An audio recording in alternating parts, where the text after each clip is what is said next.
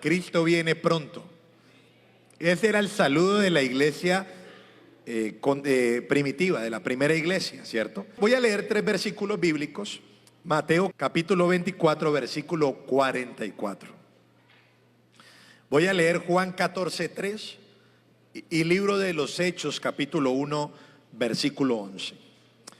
Lo voy a leer en la Nueva Traducción Viviente. Dice así: ustedes también deben estar preparados todo el tiempo. ¿Cuánto tiempo? Todo el tiempo. Porque el Hijo del Hombre vendrá cuando menos lo esperen. Juan capítulo 14, versículo 3. Cuando todo esté listo, volveré para llevarlos, para que siempre estén conmigo donde yo estoy. Y ustedes conocen el camino que lleva a donde voy.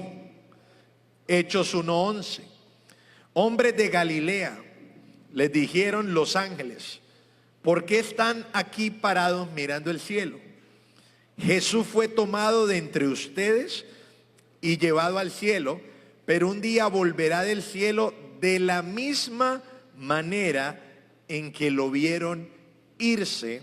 Amén y amén. Y podríamos leer otros 20 pasajes más que nos confirman y nos afirman que Cristo viene por su iglesia.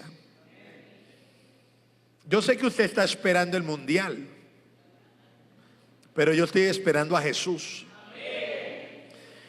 Creo que la iglesia de hoy ha perdido las verdades fundamentales de la Escritura. Creo que de los 1000 mensajes que pueden dar en un año entre una iglesia, 950 mensajes están destinados a la prosperidad de la gente. Cómo tener más plata, cómo cuadrar la chequera, cómo vivir con tu mujer 1, cómo vivir con tu mujer 2, cómo vivir con tu marido 4. Pero muy pocas veces se habla del cielo, del infierno. Muy pocas veces se habla de la venida de Jesús, del regreso de Cristo, del milenio. Muy pocas veces se habla del juicio eterno. ¿Por qué, pastor? Porque el mensaje de la venida de Jesús desapareció de la iglesia. Y como lo decía al principio, el saludo de la iglesia, de la iglesia primitiva era, ellos se veían y decían, Cristo viene pronto, Cristo regresa pronto. Y ese era su saludo todos los días. Esa era la esperanza que tenía la iglesia. La iglesia vivía con la perspectiva de que Jesús iba a regresar por ellos, que iba a regresar por la iglesia. Y escúcheme, creo que la iglesia de hoy se enfocó en cómo vivir en esta vida, pero no en cómo prepararse para la vida eterna. Y ahora, a mí me extraña tanto que la gente se preocupa de cómo vivir su vida, pero su vida la tienen desordenada. Pero están buscando a Dios para que Dios les solucione ciertos problemas, para que Dios les dé ciertas cosas. Pero el mensaje principal de la iglesia primitiva, que es el modelo de iglesia, era el mensaje de la esperanza de Cristo en su retorno, en su regreso. Los 3 versículos que acabamos de leer y 20 más que pudiéramos leer si el tiempo no lo permitiera, nos confirman, nos afirman y recontra aseguran de que Jesús regresa pronto. Mateo 24 dice que debemos estar preparados todo el tiempo. La preparación de la vida del creyente no es para prosperar. La preparación para la vida del creyente es, escúcheme, enfocado a la venida de Cristo, no en cómo tienes novia en el 2026. No, en cómo arreglas tu vida porque no te sale pelo en el 2026. No, el mensaje era uno solo y era claro: Jesús regresa por nosotros. Ese era el mensaje de la iglesia. Ese debe ser el mensaje de la iglesia en todas las edades, en todas las épocas de la historia. Y vamos a retornar y a traer los mensajes fundamentales nuevamente a la iglesia. Vamos a volver a traer el mensaje del cielo, el mensaje del infierno. Yo en estos días estoy hablando acerca del infierno. Hola, pastor, no hable del infierno, que la gente se asusta. Que se asusten de no ir al infierno.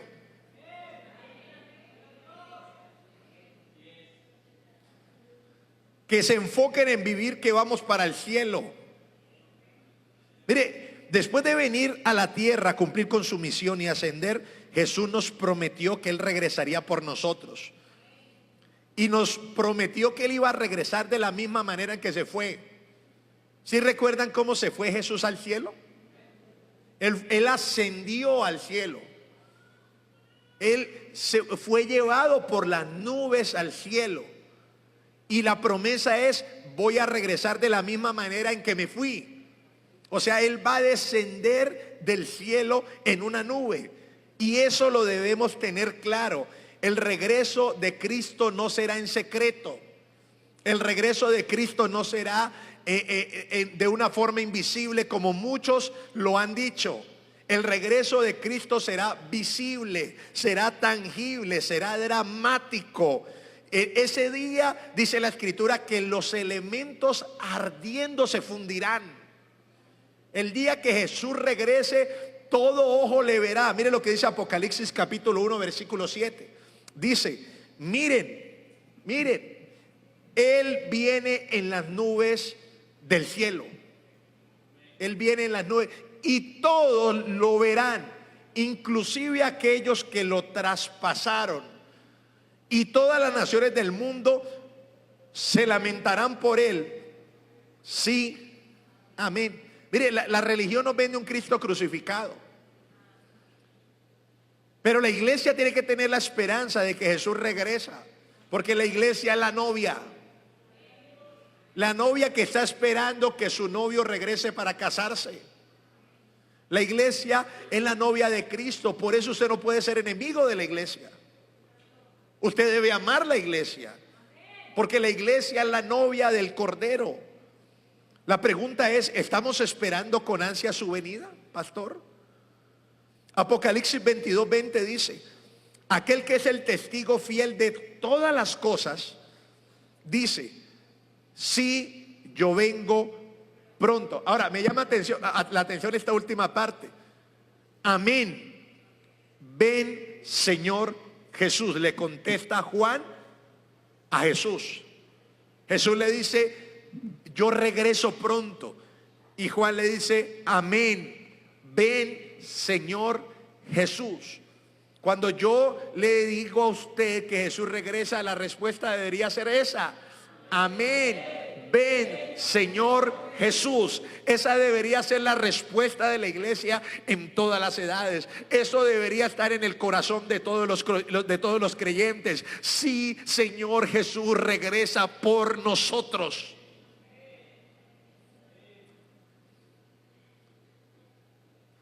Cuando se anuncia la venida de Cristo, la iglesia debería tener un ferviente anhelo por la venida del Señor. Nuestra esperanza no es ir a Miami. Nuestra esperanza no es ir a Francia. Nuestra esperanza es ir al cielo a encontrarnos con el Señor.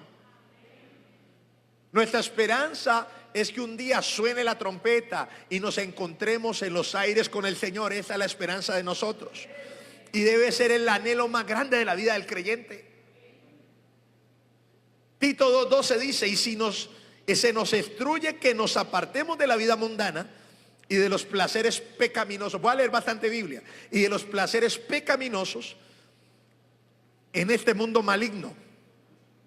Debemos vivir con sabiduría, con justicia y devoción a Dios, mientras anhelamos con esperanza ese día maravilloso que se revele la gloria de nuestro gran Dios y Salvador Jesucristo. Esperar a Jesús y esperar a que Jesús regrese nos tiene que llevar a nosotros a tener una vida de separación, de consagración. Tenemos que separarnos de la vida mundana. Mire, ahí lo acabamos de leer. que nos apartemos de la vida mundana, de este mundo que es maligno. Este mundo es maligno. Mire, cualquiera que sea la ecuación que usted utilice para vivir en este mundo, le va a ir mal.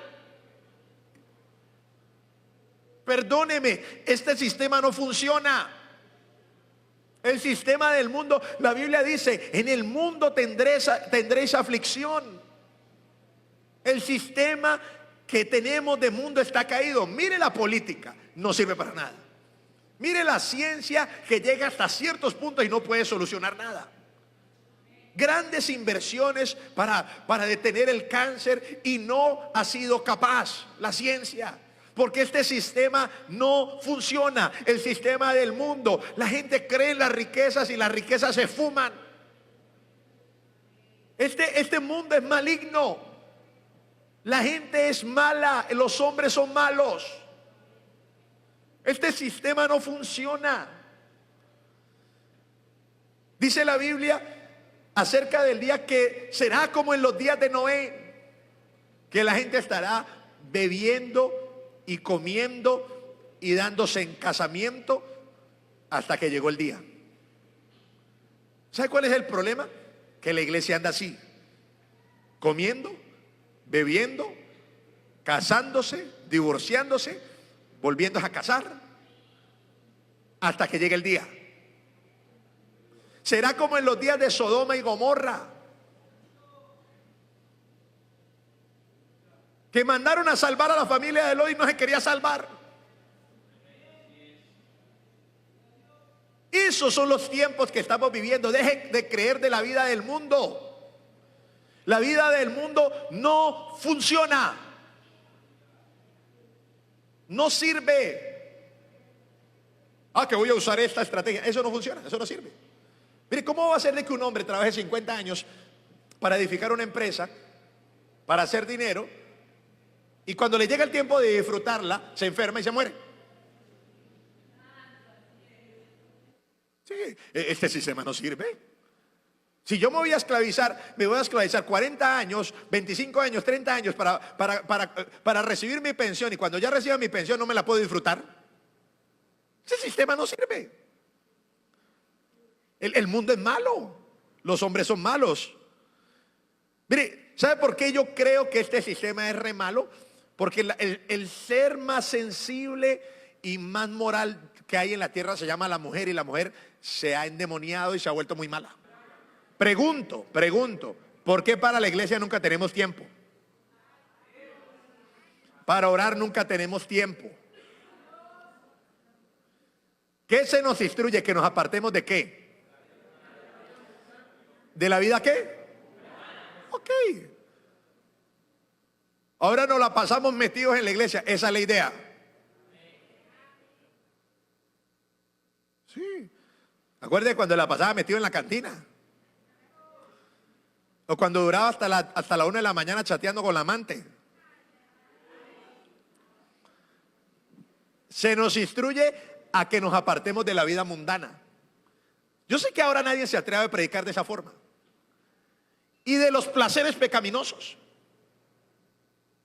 Que se nos instruye. En este mundo ¿qué? Maligno. Este mundo es maligno. Siguiente. Debemos vivir con sabiduría, justicia y devoción. Mire, escuche. Esperar a Jesús nos lleva a tener una vida de separación. Usted sabe que Jesús viene por usted, Jesús viene por mí, y yo tengo una vida de separación del mundo. Porque el mundo buscará por todas las formas y por todos los medios que yo me aleje de la vida de consagración. Mire, tú te vas a dedicar a Dios, te vas a dedicar a servirle y te vas a dedicar a orar. El sistema del mundo comienza a trabajar para que tú no lo hagas. Solo enciérrate a orar 1 hora a ver qué pasa. Se endemonia WhatsApp, se endemonia Claro, se endemonia Tigo, todos se endemonian para que tú no ores. Ya. Y si no es suficiente y tú te logras encerrar, entonces los demonios vienen y te recuerdan todo lo que tienes que hacer. Cuando tú estás orando y te acuerdas de todo lo que tienes que hacer, eso es el diablo. No, en serio, es el diablo. Porque el diablo no quiere que tú te separes del mundo maligno. El diablo no quiere que te separes de la vida mundana. Porque cuando yo me decido comprometer, Satanás va a buscar todas las formas de que yo me aleje de mi consagración a Dios. Me va a mandar cosas buenas. Me va a mandar un negocio. Sí, me va a mandar una persona para que me aleje yo de la vida del Señor. Cada vez que tú decides ayunar, cada vez que tú decidas orar, cada vez que tú decidas servir a Dios, el diablo dice: no, necesito desenfocarlo, necesito entretenerlo, necesito mandarle un problema que lo desgaste, que lo desenfoque. ¿Ya? ¿Por qué no puede venir? Porque se me presentó un problema. ¿Por qué no oraste? ¿Por qué no me quedó tiempo? Ok, ¿no te estás dando cuenta que el diablo está buscando la manera de que no te consagres? ¿No lo has percibido? ¿No te has dado cuenta? Es que yo no vine el domingo porque es que mi suegra me invitó a almorzar. Su suegra está endemoniada. Sí, pastor, yo sabía.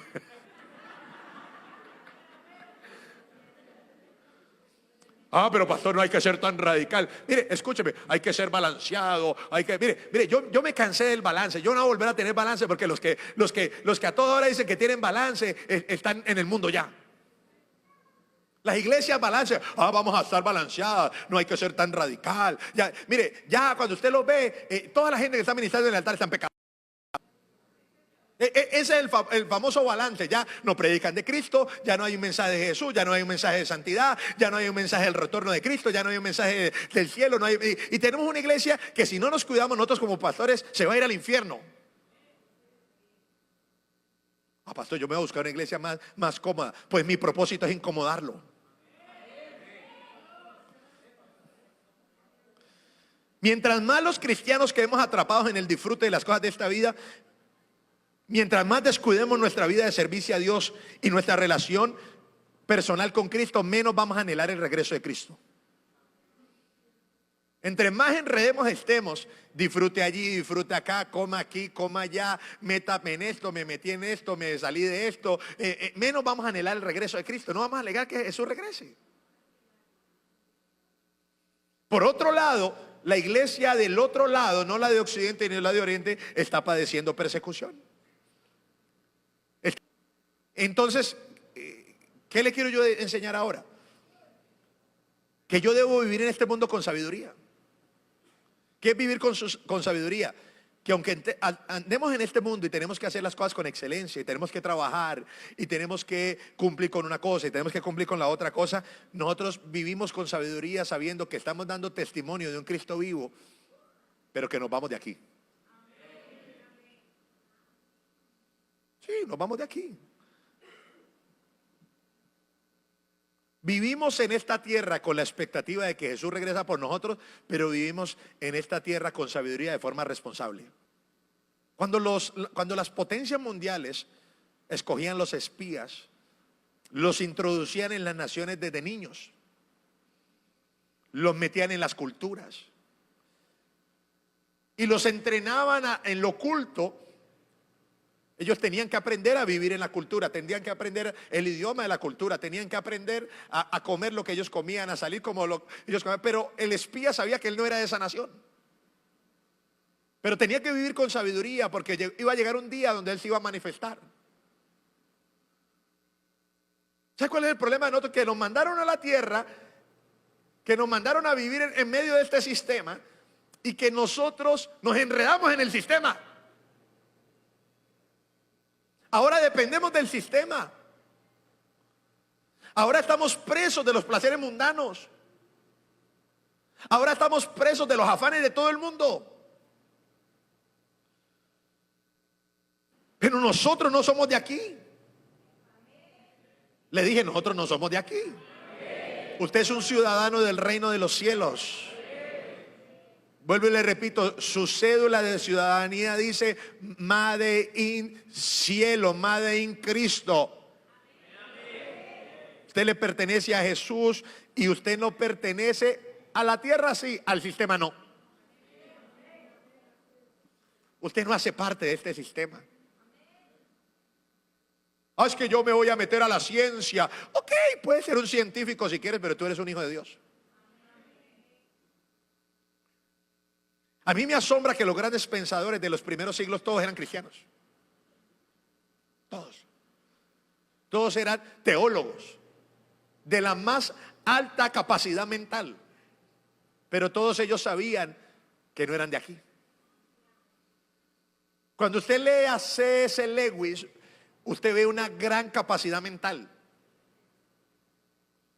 Y sus crónicas de Narnia, usted ve una capacidad mental, pero él sabía que no era de acá. Por eso la visión de C.S. Lewis, todo tiene que ver con el cielo. Todo tiene que ver con el cielo.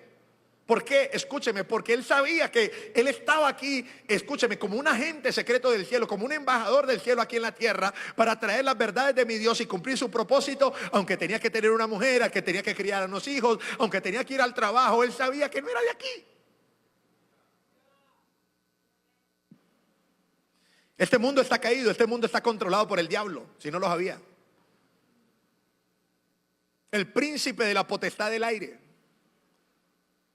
Satanás gobierna los sistemas. ¿Sabe lo único que no puede gobernar el diablo? Este púlpito. Pero el diablo gobierna los medios de comunicación.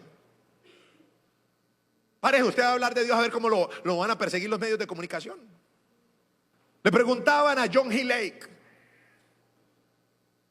¿de dónde sacas tú el poder para hacer los milagros que haces? Y él le dice: porque es que la unción la unción de mi santo Jesús que regresa vive sobre mí. Ok, ¿y cómo puedes demostrar eso? Ok, traigan sus cámaras. Y van a grabar ustedes en el microscopio cómo la unción mata esa pandemia que había en ese tiempo. Ok.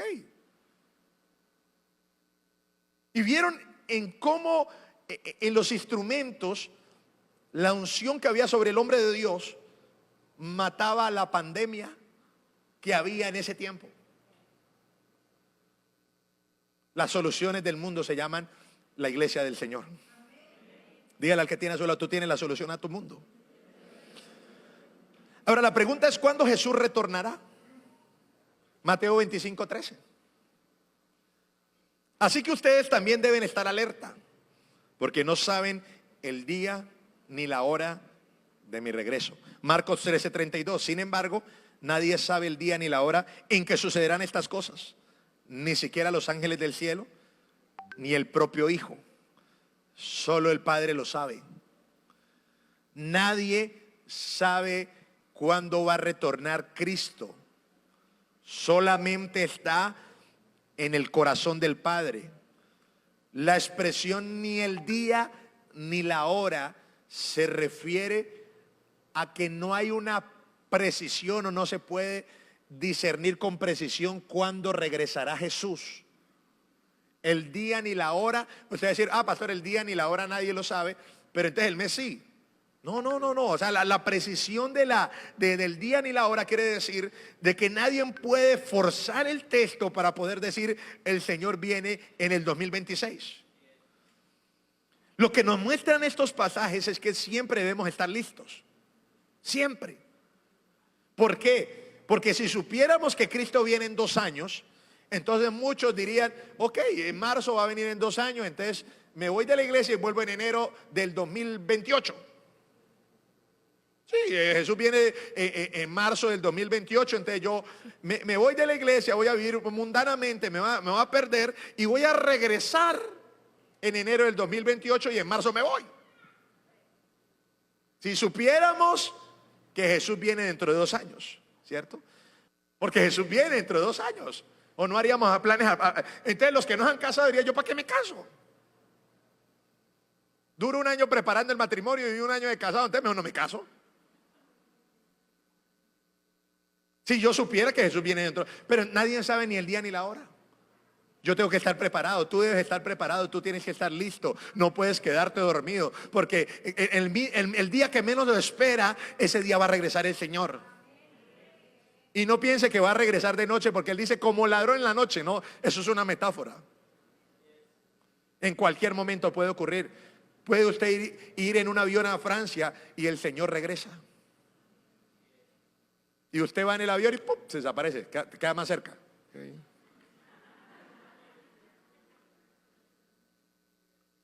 O puede estar en los Países Bajos, de allá también lo levantan. ¿Aló?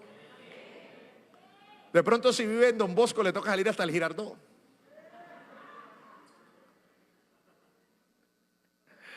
Que lo recogen en el Girardot, no lo recogen. Diga conmigo, yo estoy esperando la venida de mi Jesús. Y nadie sabe cuándo viene. Por eso tengo que estar preparado. Las señales de su venida, Mateo 24, versículo 30. Y entonces por fin aparecerá en los cielos la señal, diga conmigo, la señal de que el Hijo del Hombre viene. Y habrá un profundo lamento entre los pueblos de la tierra.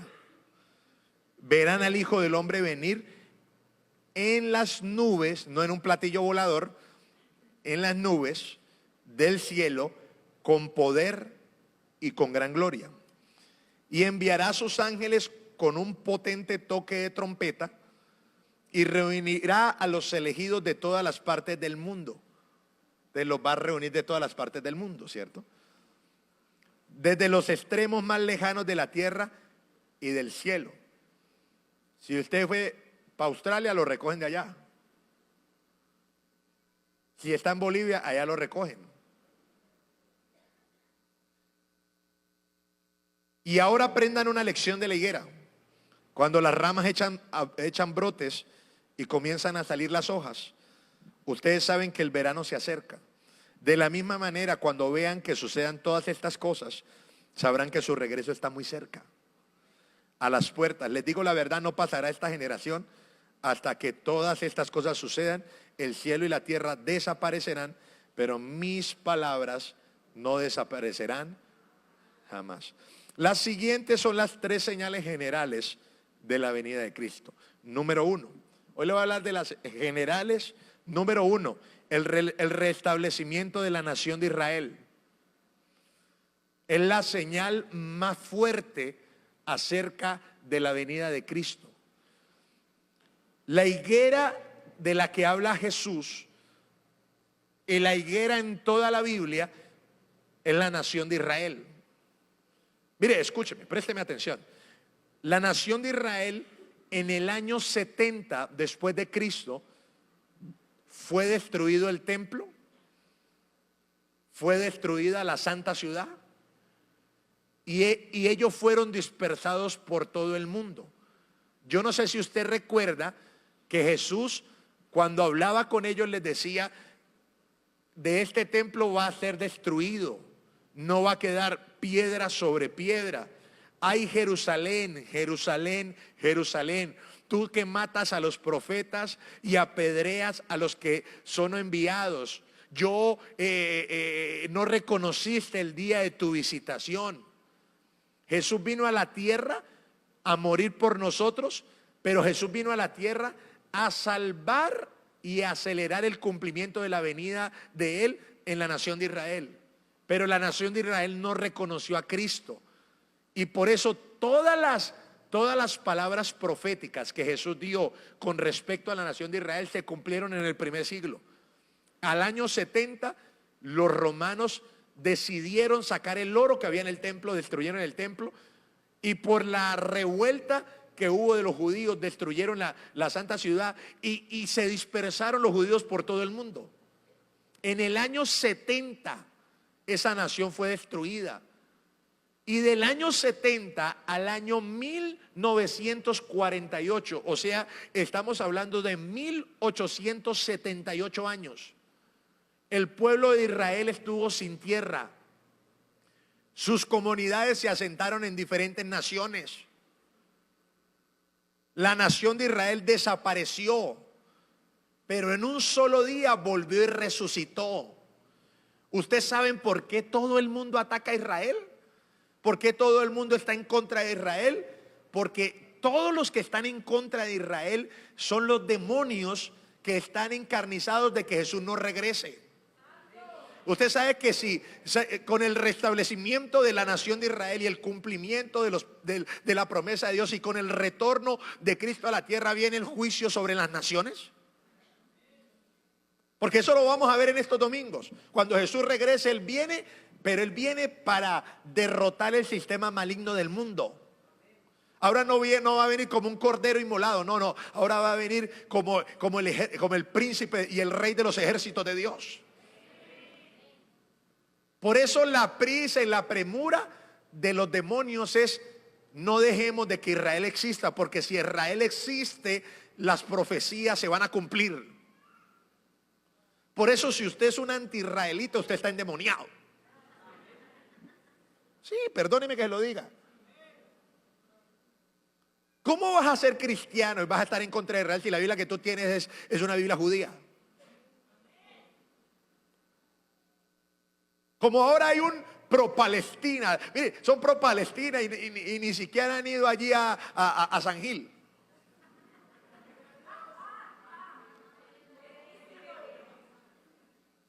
Mire, yo amo mi universidad, pero yo entro y ves que es que una bandera de Palestina y esta gente ni sabe de qué es. Palestina, escúcheme, Palestina nunca ha existido. Palestina fue el espacio que Israel le cedió a los árabes para que ellos vivieran en su misma tierra. Palestina fue un nombre que le dieron en medio de la ocupación de naciones extranjeras.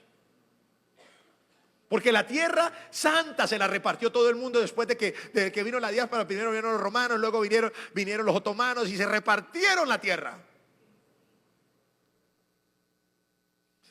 1878 años después, en un solo día nació otra vez la nación. ¿Nacerá una nación en un día?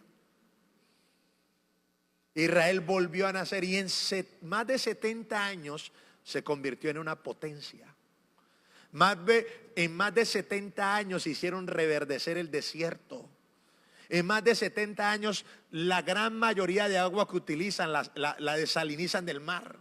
En más de 70 años han crecido en tecnología, han crecido en ciencia, han crecido en armas. Un país que es más pequeño que Santander,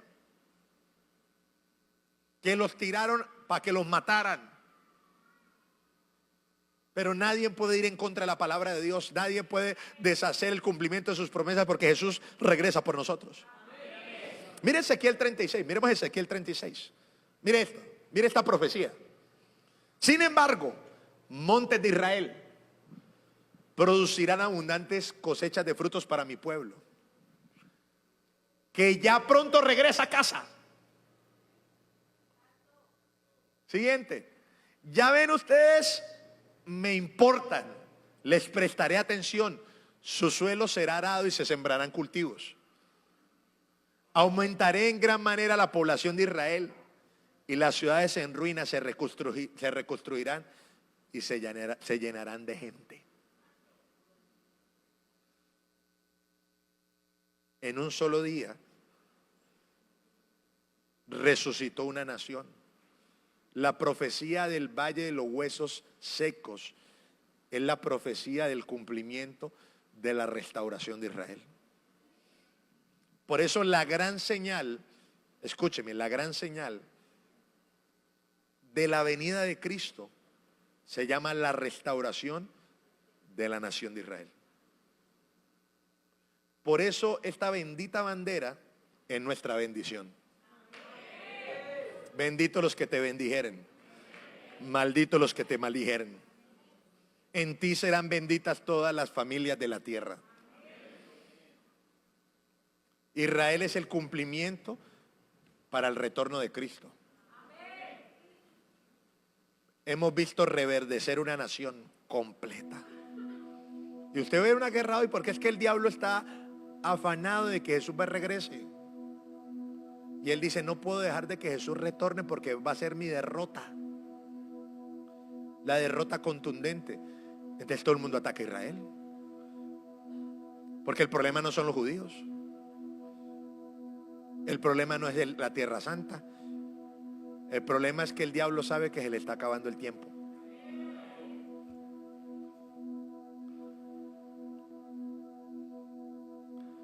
¿Sí, sí, sí somos entendidos? El diablo sabe que se le está acabando el tiempo. Y si le está acabando el tiempo y el diablo lo sabe, ¿no deberíamos saberlo nosotros también?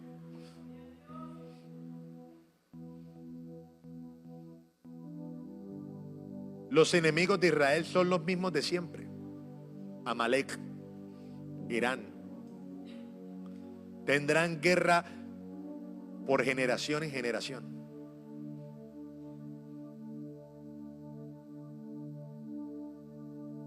Hoy el mundo está descubriendo que Irán estaba más armado para pelear con todo el mundo. Pero Israel es el malo, Israel. Y como vendieron esa propaganda satánica alrededor de las redes sociales, ¿por qué no hablan del holocausto nazi? ¿Por qué no cuentan cómo mataron 6 millones de judíos en los hornos de allá de las cámaras de gases?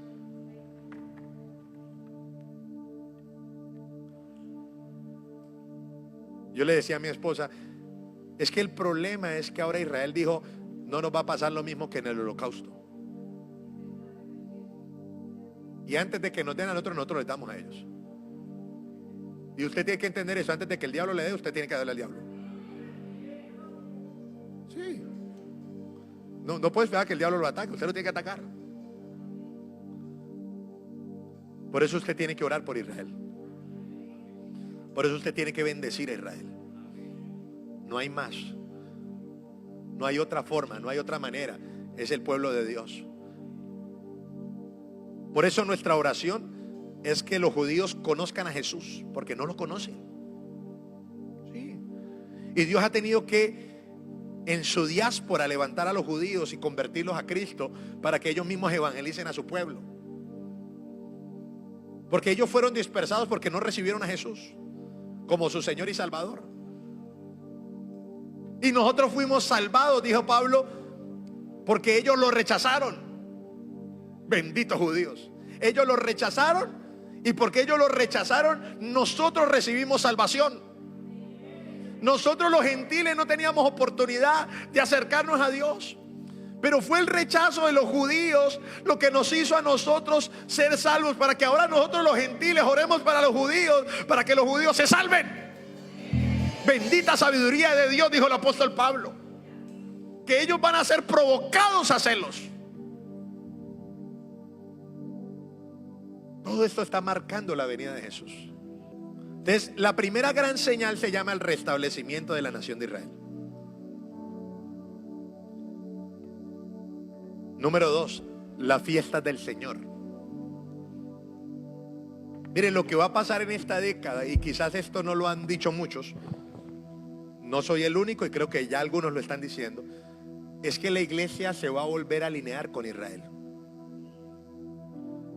Porque nosotros tenemos una iglesia americana, no una iglesia judía. Todas nuestras costumbres cristianas vinieron de Estados Unidos. ¿Sí? Por eso usted no escucha mucho hablar acerca de las fiestas del Señor, ¿no? Pero mire, Daniel 7:25 dice: desafiará al Altísimo, refiriéndose a la visión de las 4 bestias, que también la vamos a ver, y de cómo esas 4 bestias que representan esos 4 imperios, uno de ellos, uno de esos cuernos es quitado para, 3 de esos cuernos son quitados para que se levante un cuerno pequeño, y que ese cuerno sea el que desafía al Altísimo y oprima al pueblo santo del Altísimo. Y mire esto: procurará cambiar las leyes de los santos y los festivales sagrados, y ellos quedarán bajo el dominio de ese rey por un tiempo, tiempos y medio tiempo. Mire, el propósito de este imperio, después le voy a decir cuál es, era cambiar la agenda de Dios, cambiar los tiempos de Dios. Y la única forma de cambiar un tiempo es cambiando el calendario. Creemos un nuevo calendario y hagámoslo con nuevas fiestas. ¿Sabe de dónde sale eso? De la política. Cambiemos el calendario, creemos nuevas fiestas, desafiemos al Altísimo, corramos el reloj de la humanidad, que nadie observe las fiestas bíblicas. Se movió el reloj. Y ahora le voy a demostrar en qué fechas específicamente se movió el reloj. Porque Dios se mueve por ciclos y por temporadas. Usted tiene que aprender eso. Dios no se mueve así y chispoteó por aquí. No, Dios se mueve por ciclos. Dios se mueve por temporadas en la tierra. Pero algo que marca los movimientos de Dios siempre son las fiestas del Señor. Dios estableció sus festivales sagrados para establecer un calendario espiritual en Israel y en la iglesia. Porque Dios actúa con un patrón definido de acuerdo a sus fiestas. Por eso todos los acontecimientos del pueblo de Dios siempre pasaban en una fiesta o alrededor de una fiesta del Señor. Por eso los milagros más representativos de Jesús pasaron alrededor de una fiesta o en una fiesta del Señor. Y por eso cada fiesta de las 4 primeras se cumplieron en Jesús. Son 7 festivales sagrados que Dios estableció en Levíticos como un calendario espiritual para su pueblo. Y esos 7 fiestas son 3 celebraciones. Las primeras 3 fiestas, que son las fiestas de los panes sin levadura, la fiesta de la Pascua y la fiesta del Bicurín, son las primeras fiestas del año. Y estas 3 se celebran se hace una sola celebración porque las 3 están pegadas. Y esta fiesta de la Pascua representa para el pueblo de Israel la victoria frente a la nación de Egipto y la libertad de su esclavitud. Como un día tuvieron que salir corriendo y no lograron leudar sus panes, y tuvieron que salir de carrera, y por esa carrera ellos celebran la fiesta de panes sin levadura. Pero como un día anterior a eso, Dios derrotó en un solo día a la nación de Egipto con la muerte de los primogénitos, y la casa que no estuviera marcada con la sangre del cordero, el espíritu de la muerte no entraba allí. Ellos comieron la Pascua, marcaron los dinteles con la sangre. Y cuando Pascua significa pasar por alto, cuando el espíritu de la muerte pasó y vio la sangre, siguió derecho. Pero entró a las casas de los egipcios y se llevó los primogénitos. Y ese día el faraón dijo: déjenlos que se vayan, yo no los quiero ver más acá.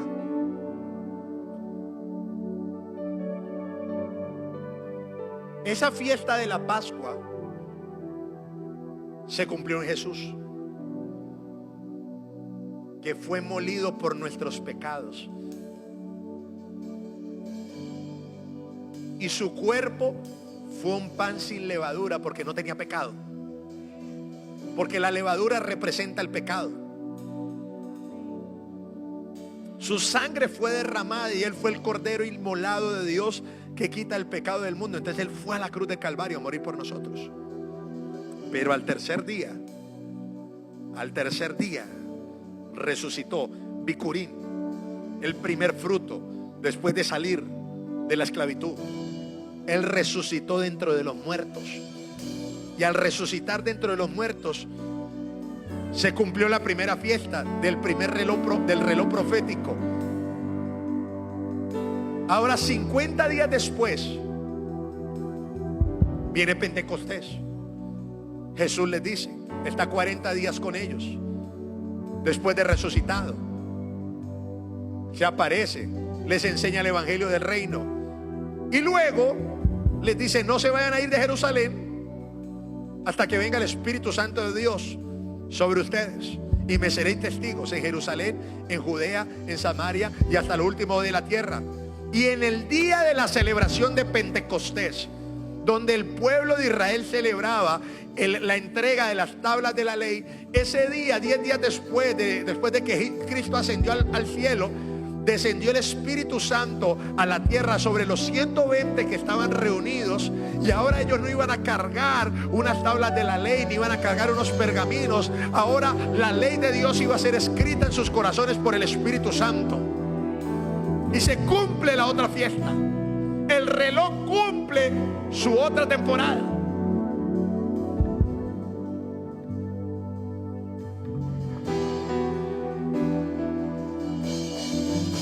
Pero quedan 3 fiestas más.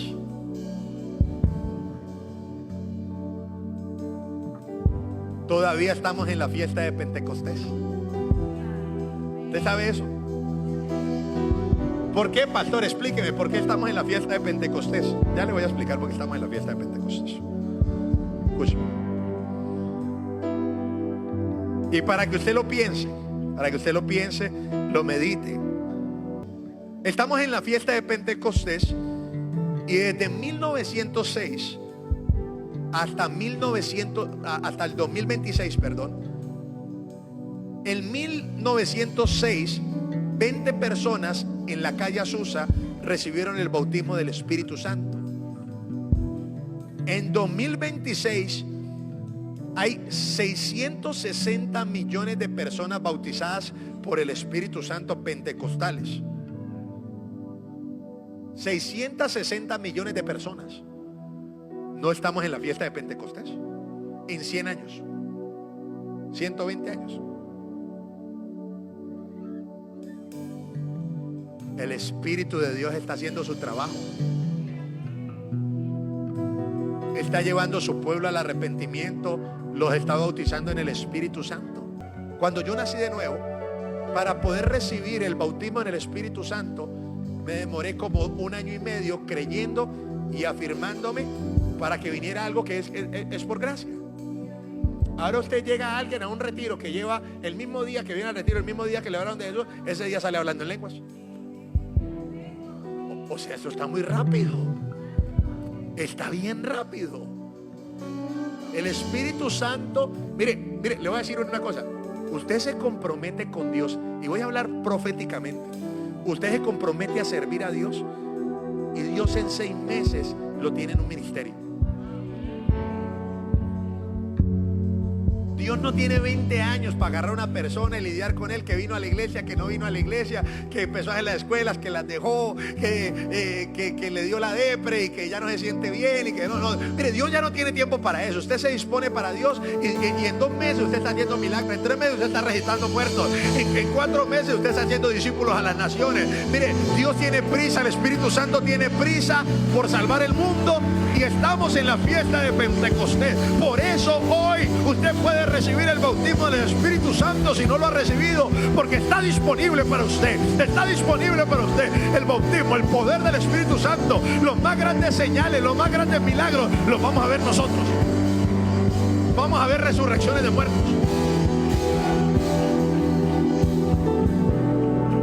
Estamos en la fiesta de Pentecostés, porque la velocidad de la fiesta de Pentecostés nos va a arrojar a la venida de Cristo, que es la 5ª fiesta. La 5ª fiesta del pueblo de Israel es la fiesta de Yom Teruah, el toque de la trompeta. El pueblo de Israel tocaba la trompeta porque era el llamado que se hacía desde el sacerdocio para que el pueblo se arrepintiera, porque venía el día del juicio final. Se tocaba la trompeta y el pueblo comenzaba a prepararse para el día del Yom Kippur. El día del Yom Kippur era el día del ayuno. Eso. El día de la purga. Entonces los sacerdotes sacaban la trompeta o las trompetas y empezaban a sonar las trompetas. Y cuando el pueblo escuchaba el sonido de la trompeta, sabían que se tenían que arrepentir, sabían que tenían que volver a Dios, sabían que tenían que ir a ayunar, sabían que Dios los estaba llamando. Escúcheme una cosa, un día va a sonar la trompeta y los muertos en Cristo resucitarán primero. Un día va a sonar la trompeta y entonces Dios va a recoger su iglesia va a ser levantada y Jesús va a regresar por su iglesia. Y entonces nosotros, dice Pablo, olvidar la muerte en victoria. ¿Dónde está muerte tu aguijón? ¿Dónde está sepulcro tu victoria? Porque la muerte no va a poder resistir el sonido de la trompeta. Por eso la alabanza y la adoración va a incrementar en la iglesia, porque alabanza y adoración preparan la iglesia para su venida. Por eso el evangelismo va a aumentar en la iglesia, porque hay una prisa de salvar el mundo y que el mundo no se pierda. ¿Está listo para la venida de Jesús? ¿Está listo para el sonido de la trompeta? Dígale al que tiene a su lado, ya vienen por nosotros. Tenemos que salvar el mundo. Tenemos que predicar a Jesús y salvar a todos los que necesitan ser salvados.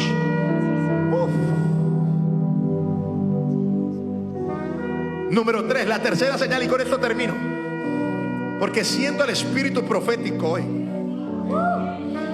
Número 3, la tercera señal se llama el tiempo de la restauración de todas las cosas.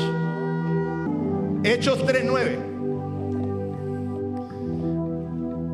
Ahora pues arrepiéntanse de sus pecados y vuelvan a Dios para que sus pecados sean borrados.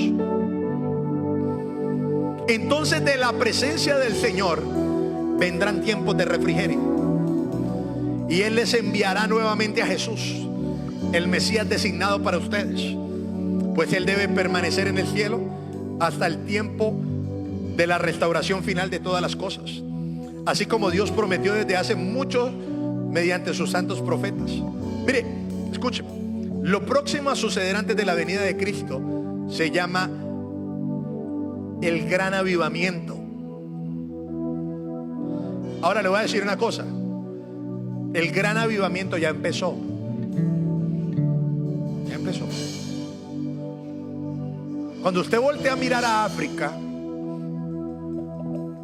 que hace 30 años estaba llena de brujos, de hechiceros y de iglesias pobres, de iglesias que no avanzaban, y usted voltea a mirar a África y usted voltea a mirar que las iglesias más pequeñas de África tienen 10,000 personas. Una iglesia en África de 10,000 personas es una iglesia pequeña.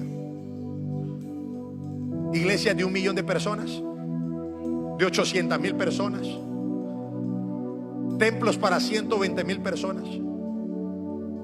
Solo el ministerio de Reinhard Bonnke reporta, que está leyendo los reportes de estadísticas, 72 millones de decisiones de fe. O sea, el gran avivamiento ya empezó. El doctor Lee Chu-Soo tiene una iglesia de más de 1,000,000 de personas en Corea. O sea, Dios está restaurando el poder de su iglesia. Dios está restaurando millones de personas en su iglesia. Dios ha restaurado las verdades que ya tenían que ser restauradas. Y usted va a decir, pastor, ¿y por qué si al principio, si en el primer siglo se cumplieron casi todas las profecías, por qué Jesús no regresó en ese siglo? Porque todas las verdades no habían sido restauradas. Hoy Dios está terminando de restaurar todas las verdades. El ministerio apostólico y profético ya fue restaurado. El ministerio del maestro ya fue restaurado. El ministerio del evangelista ya fue restaurado.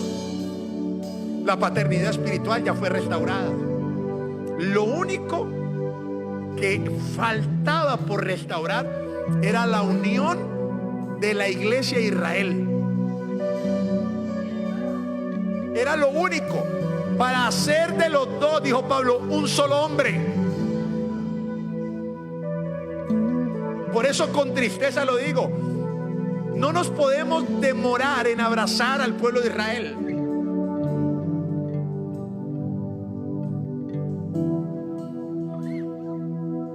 Porque la iglesia no observa sus fiestas. La iglesia no observa al pueblo de Israel. Y cuando usted va a ver la iglesia, el 90% de la iglesia usted lo ve en diciembre vestidos de Papá Noel. Sí, de Grinch. Va a cerrar el año. Jesús nació. Mire, Jesús nació en la fiesta de los tabernáculos, que es el después del Yom Kippur. De Dios tiene que restaurar. Pastor, juzgamos a los que nosotros no vamos a juzgar a nadie, porque son verdades que se tienen que restaurar en la iglesia. La iglesia tiene que restaurar la verdad del pueblo de Israel.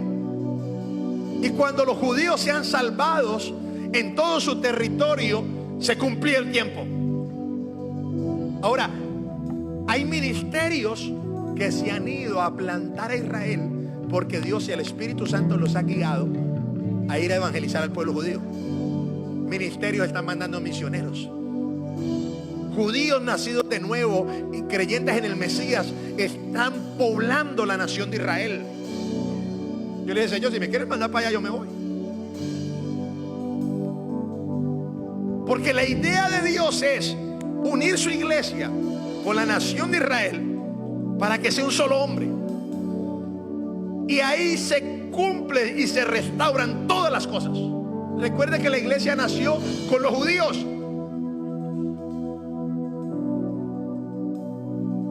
Se restauraron todas las verdades. Se acabó el tiempo.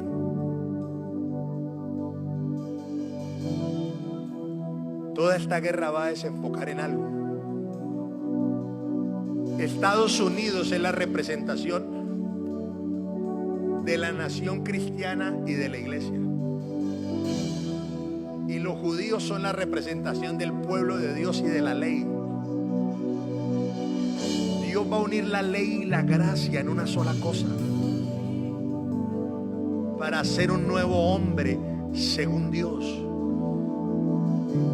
Y los pactos de las promesas que dice Efesios van a ser cumplidas. ¿Qué quiere decir eso? Que mi gran rey, mi gran Mesías, está a la puerta.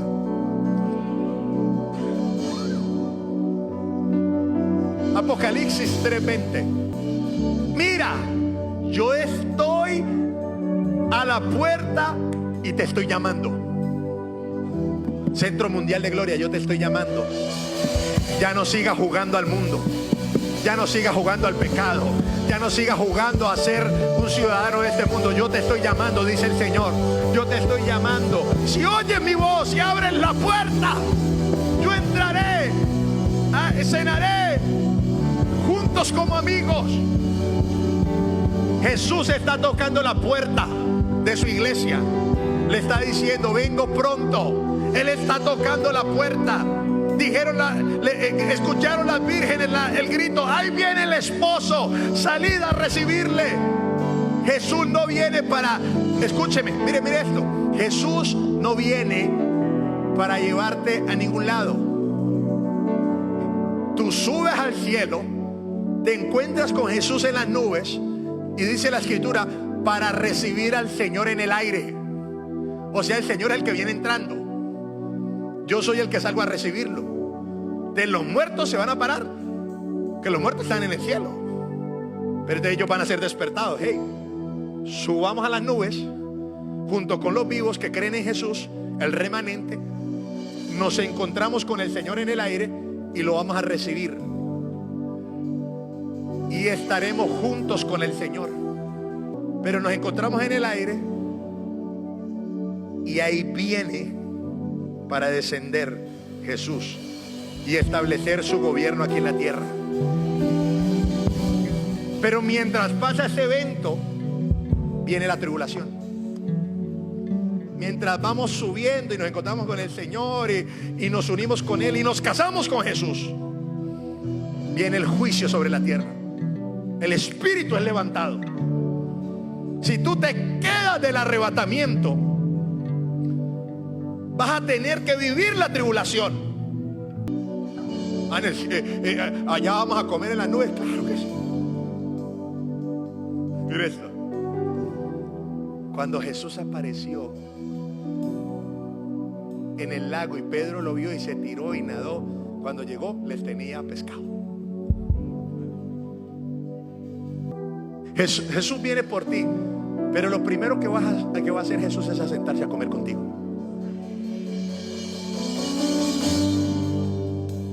Aderezas mesa delante de mí en presencia de mis angustiadores.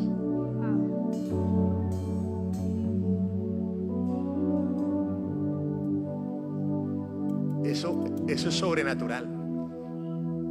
La gente va a ver las nubes como un relámpago que sale del oriente al occidente. Así será la venida del hombre. Suena la trompeta. Ya hay trompetas que han sonado, pero la trompeta principal no ha sonado. Cuando suene la trompeta y salga como el rayo y se recojan todos los creyentes del mundo y se resuciten a los que están muertos y nos encontremos con el Señor, matrimonio.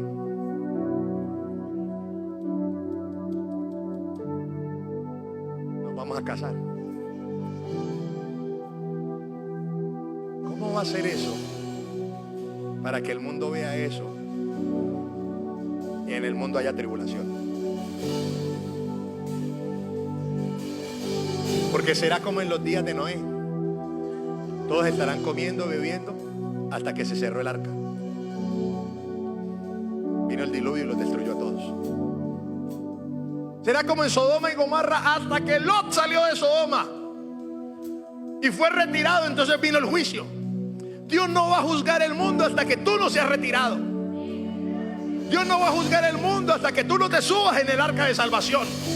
Pero una vez nos vayamos con el Señor, el juicio va a venir sobre todas esas naciones que han querido perseguir el Evangelio, que han querido perseguir las naciones de Dios. Dios va a juzgar la China, Dios va a juzgar Irán, Dios va a juzgar todas esas naciones que han perseguido a los cristianos, que han asolado al pueblo de Dios. Dios va a hacer juicio contra todo aquel que se levantó contra su nombre.